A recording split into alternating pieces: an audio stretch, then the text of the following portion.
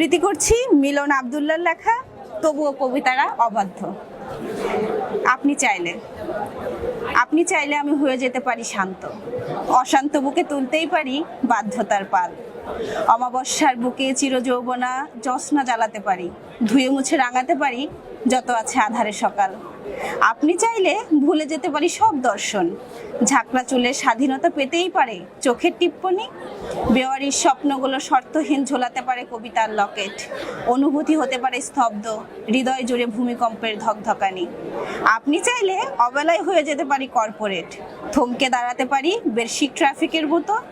চাইলেই আবার তুলে দিতে পারি জীবন রুকসার হুট, বাকিটা জীবন হতেই পারে আমাদের ভীষণ একান্ত ব্যক্তিগত।